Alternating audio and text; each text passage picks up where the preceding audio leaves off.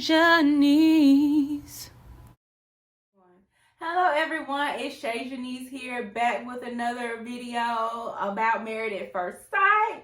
Thank you all for tuning in, but before I get into this video, go ahead and subscribe to my channel if you have not already. If you've been watching my videos and you're not subscribed, what are you doing? Okay, what are you doing? But go ahead and do all that. And also, I want to show y'all my t-shirt I got at Target, celebrating Black History Month. So happy Black History Month, everyone. As you all see, it has different, little symbols and pictures on here. They had some more designs at Target. So if you don't have anything to wear this Black History Month, go down to Target. That's free advertisement. So I hope they appreciate it. But I do want to go ahead and get into this video. This review is going to be about episode 14 and 15 because episode 14 wasn't doing much besides the wedding. So Michael and Chloe finally get married. And I'm trying to figure out, why are we just now seeing this wedding? This wedding could have happened at least 2 episodes ago. I'm so serious. Because they love to drag things out, and I'm not sure why Lifetime does this. I listen to a lot of other YouTubers that review this show, and everyone says the same thing. They drag this show. So they need to stop before they lose viewers. And they also, of course, need to change the formula because these marriages are not going to work this season.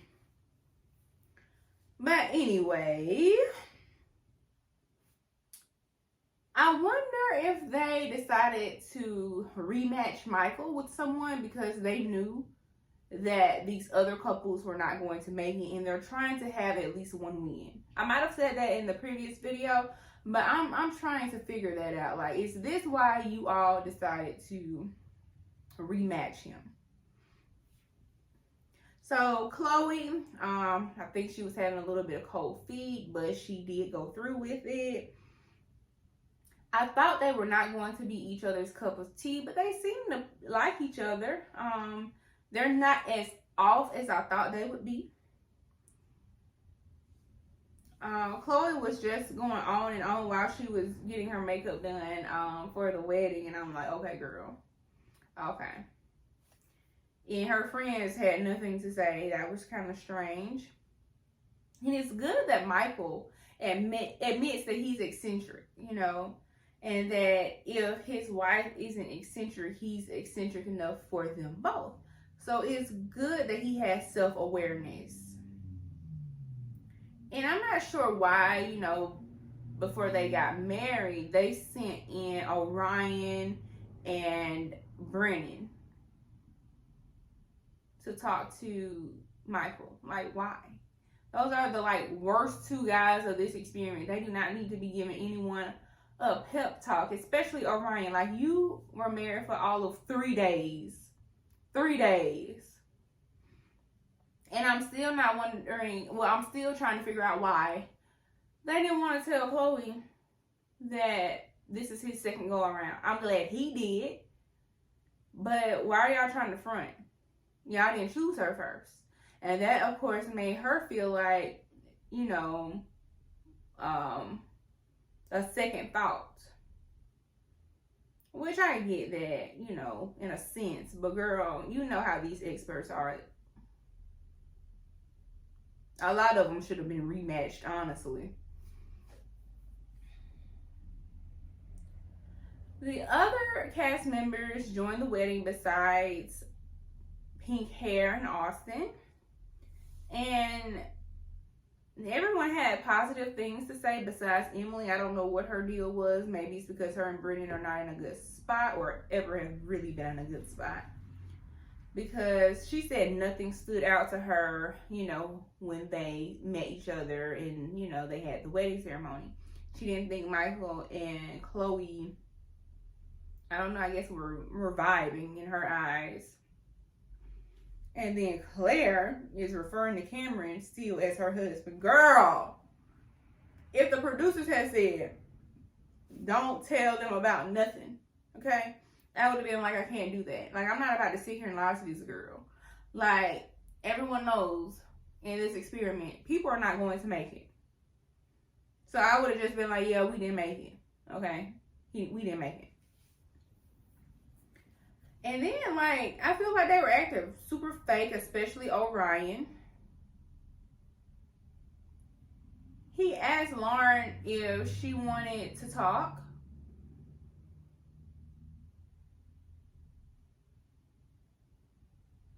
And she said no. However, she continued to talk to him about it. Girl, you should have just said no, shut it down, and said nothing. And eat your chicken and rice, because I'm sure that's what they had. I'm not sure what they had, but that's typically what's at weddings. But Lauren also said she was able to step back and look at it with a bird's eye view. Orion admits his wrongs and how they both were defensive and all that. Blah, blah, blah. Who cares? She, on the other hand, thinks, you know, this is going to make them successful people. And Orion asked for a hug. I would have said no. Am I wrong? Am I bitter? I don't know. And then back on Claire and Cameron. This woman calls that man while she's at that wedding. And he didn't answer, but apparently the wedding just had her all in her feelings about their relationship. Y'all wasn't married this long, and apparently you didn't like him anyways like that. So I'm confused on where these emotions are coming from. Like, even on the after show, you were saying some things about, you know, how he treated you. I wouldn't have called him at all. But maybe that's just me. I am the type of person, you won't see me sweat. You will not see me sweat over a man. I'm so sorry. So I see now, I probably could not have been casted on this show like my mom wanted. My mom used to hope that they would come to Alabama and, you know, she was going to sign me up for this process. I'm like, Mom, no. No. She had no hope for me. She had no hope. But there was hope for me. There was hope for me. All right, getting back to the episode. Emily, she got drunk. That annoyed Brennan. I think it probably annoyed quite a few people. She bumped into someone, broke their glass. I'm not understanding why she was drinking so much. And I noticed that at this wedding they were dancing, and what kind of dancing was that? I'm no Sierra by any means. But baby, ooh. Anyways.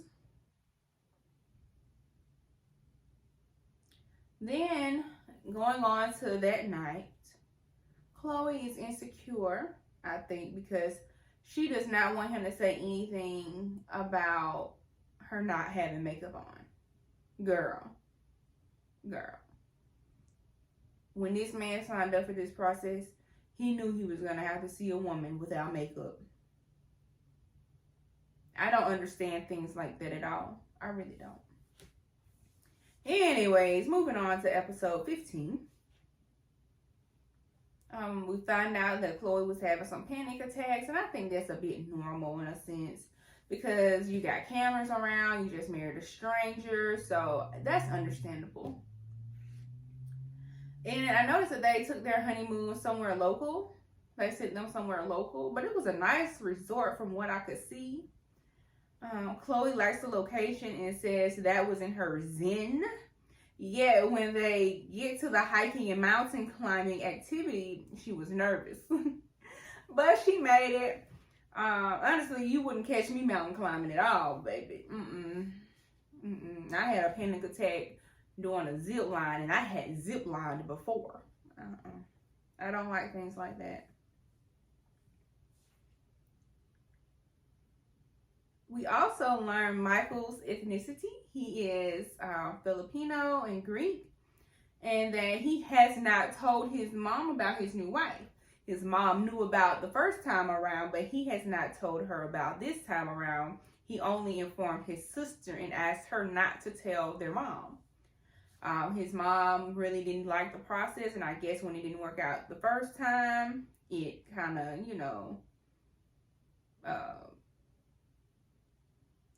don't even know what to say. I'm losing words, but it's all right. Y'all get what I'm trying to say. Anyway, they get a couples massage, and they tell each other, what they like about each other, which was nice.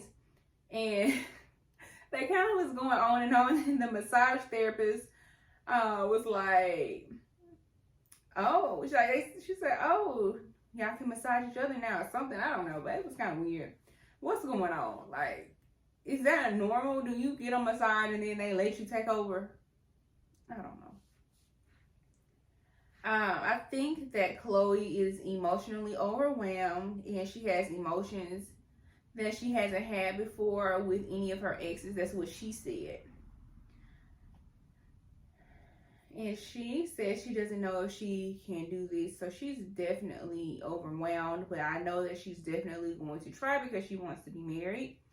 And I think Michael is going to, have some patience. I think that he is going to have some patience. All right, moving on to Emily and Brennan.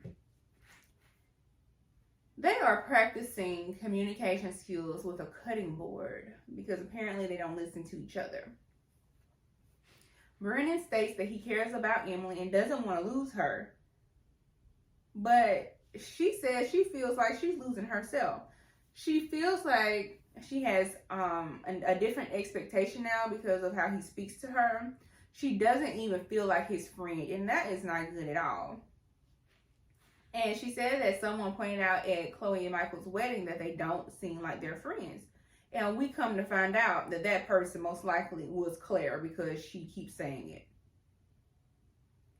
She thinks that he is silencing Emily. It seems like he doesn't think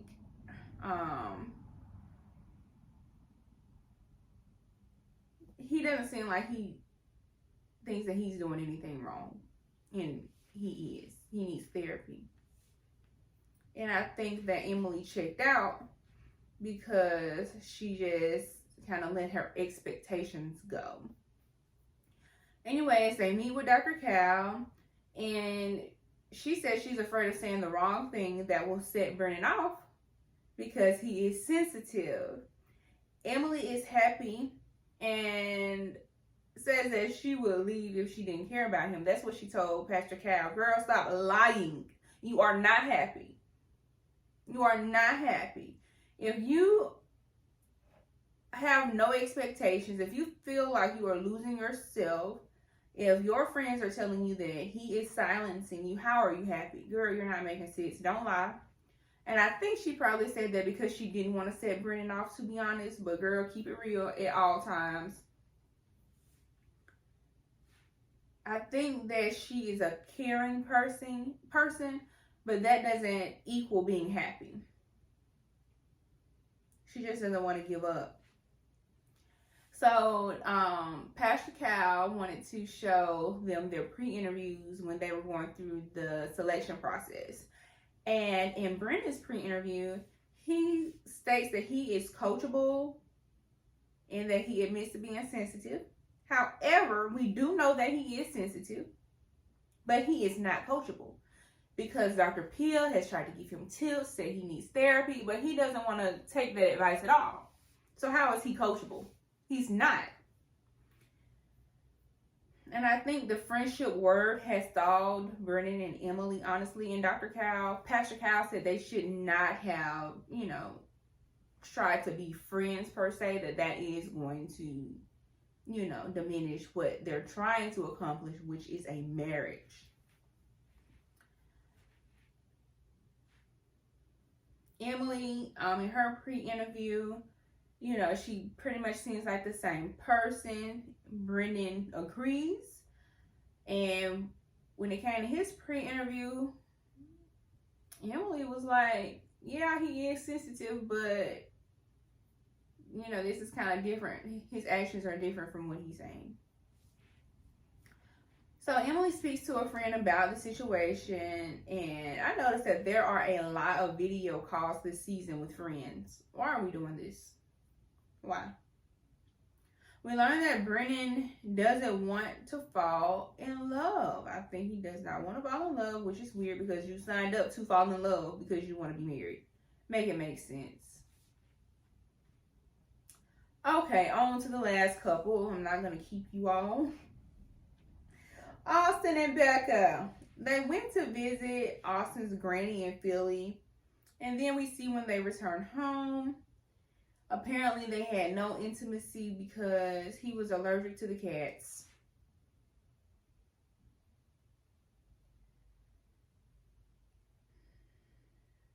I'm just going to leave that there. They meet with Dr. Pia, and Becca expresses her concern. Austin says going forward, they won't have any issues. I guess we'll see in the next episode. I don't think they're going to make it. I don't think they're each other's speed, honestly. I think he needs someone that's really going to want to really take it slow. And she needs someone that's going to take it really fast. Okay? I don't understand how they're going to make it work, because I think right now it has played such a huge role in their marriage that if they don't get it, situated, it's going to end them. And I really think it is. I think on decision day, if they haven't been intimate in the way that Becca wants, she's going to say no. Shoot, he might even say no. But yeah, I don't think they're each other's speed. But anyway, hopefully next episode I have a little bit more to talk about. Lifetime, if you're watching this, or if y'all know somebody that works at Lifetime, please tell these people to stop moving so slow with these episodes and to change the formula for matching these couples. I'm no therapist, but I can see, I can hear, I can read. If y'all need me, call me. Baby, I will be there in a hurry. Okay? Because apparently I just think that there needs to be multiple steps to this process at this point, honestly. I think that maybe they can pick them at first, and then they need to have a community kind of look through and say, okay, yes or no.